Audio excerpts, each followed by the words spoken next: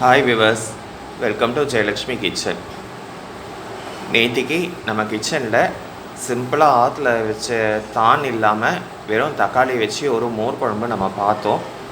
அதை இது வரைக்கும் ட்ரை பண்ணி பார்க்கலன்னா எல்லோரும் ட்ரை பண்ணி பாருங்கோ.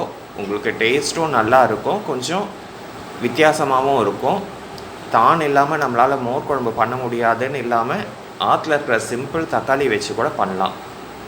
அதனால் நீங்கள் அதை ட்ரை பண்ணி பார்த்துட்டு எப்படி இருக்குதுன்னு சொல்லுங்கள். இன்றைக்கி வாங்க நம்ம கிச்சனில் என்ன சமையல்ன்றதை பார்க்கலாம்.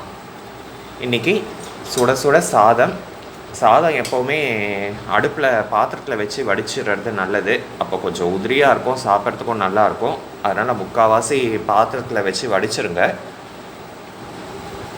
எப்போவுமே நான் மாட்டில் பாத்திரத்தில் வச்சு தான் வடிப்பேன். ஸோ அதே மாதிரி தான் சுட சுட சாதம். இன்றைக்கி முள்ளங்கி சாம்பார். ஸோ முள்ளங்கி இருந்தது, ஸோ முள்ளங்கி போட்டு சாம்பார் அண்ட் கோவக்காய் கறி. இது கோவக்காய் கறியில் தேங்காய் போடலை நான். உங்களுக்கு வேணும்னா தேங்காய் போட்டுக்கோங்க.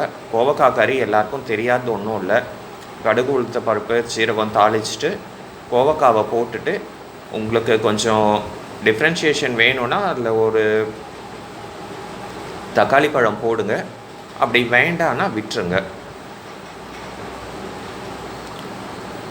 கோவக்காவை போட்டுட்டு அதுக்கப்புறமா அதில் மஞ்சப்பொடியை போட்டு கொஞ்சம் உப்பையும் போட்டு மூடி வச்சுருங்க. மூடி வச்ச உடனே அதுவே தண்ணி நன்னா விட்டு வெந்துட்டு வரும்போது இறக்குற ஸ்டேஜில் காரப்பொடி உங்களுக்கு எவ்வளோ வேணுமோ காரம் அந்தளவுக்கு காரப்பொடியை போட்டுட்டு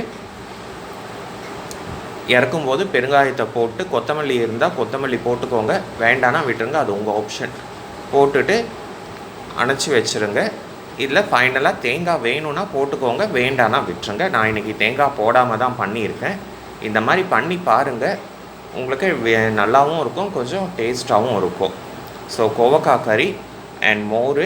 இது பிரண்டை தொக்கு. இது நான் கடையில் வாங்கினது தான். இது வரைக்கும் நான் ஆற்றுல பண்ணல. இதுக்கப்புறம் ஆற்றுல பண்ணும்போது நான் வீடியோ எடுத்து கண்டிப்பாக போடுறேன்.